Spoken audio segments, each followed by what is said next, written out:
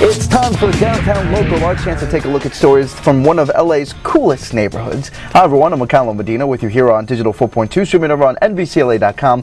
This is, of course, News Raw. Well, it's one of the biggest events in professional skateboarding. It's happening right in downtown Los Angeles, but its location is only known to a select few, including some of the baddest skateboarders around. Of course, we're talking about Battle of the Barracks. This is video from the actual event, an all-out underground tournament that pits 32 of skateboarding's best against each other. The winner gets $10,000 from the game's sponsor, DVS, a shoe company.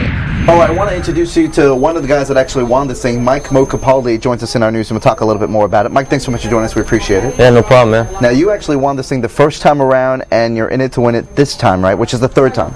Yeah, it's the third one. But I did win the first one. It's cool. And you didn't compete in the second one. I didn't compete in the second one. I didn't. I wasn't invited, actually. Oh man! All right, we'll talk this. We'll talk about that a little bit later on. But talk to us a little bit about how this game is won in the first place. How's it played?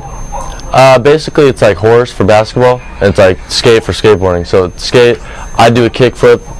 Our guy does a kickflip. If he misses his trick, then he gets a letter. So it's like you spell out skate, and if you get the E, then you get to try your letter twice. One of the things I think is pretty interesting about this as well is that this is not all done in one night, right? It's a pretty long competition. Yeah, it's over like a 4 or 5 month span, I feel like. It actually takes a while, and it comes up every weekend, so it's like you get 2 videos per weekend. So it's a Saturday and Sunday, a new video pops up, and then it's like fills in the bracket as the months go on.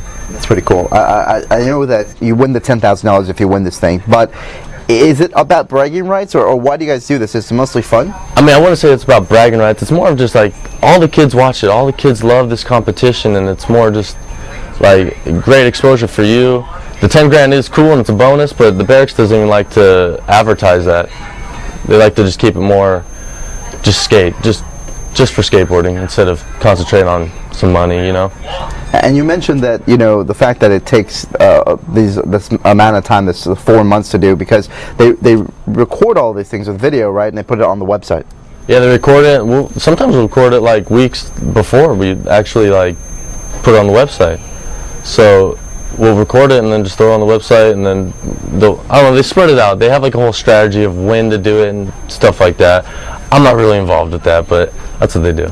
Talk to us a little bit about the Barracks, because I think it's the whole idea is very interesting. The location is sort of top secret, right? It's owned by Eric Costin and Steve Barrera, and that's kind of where we get the name of the Barracks too. Yeah, I want to say it's actually top secret, just because I know they have like pizza party for kids and stuff. Like they'll have like giveaways and like stuff like that. It's not really top secret. You could probably just Google it and find out where it's at, to be honest. But as fact, like you could go there and like look at the building and go for it, but you're not going to get in. That's what it is. You're not going to get in. I want to show folks a little bit about the website really quickly. Again, it's called barracks.com. Mike, do we know why they post the video online? Just for exposure. It's great for us. It's great for them. It's like they got the best skateboarders skating their competition, and we like to skate their competition, so it goes hand in hand. We help each other out. All right, I want to talk a little bit more about you. And you actually won this thing the first time, as you mentioned earlier. How did that feel? It felt cool because it's over like a 4 or 5 month span, so it was just like you like stressing about it for like 4 or 5 months. Like a normal contest, it's like it's just one day, you get over in one day. This is like you're thinking about it for months and months. It's kind of stressful, to be honest.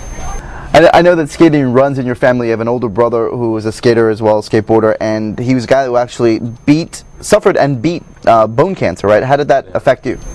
I'd say it affected me by just him as being a person, showing me how strong he could be, you know. And it's kind of, that's inspirational as it is, because it's like my older brother, to see him going through something so hard, and I don't know, I guess it's just like I'm out skating or something, you know, it's like maybe I'll do this one for my brother, or, you know, just stuff like that.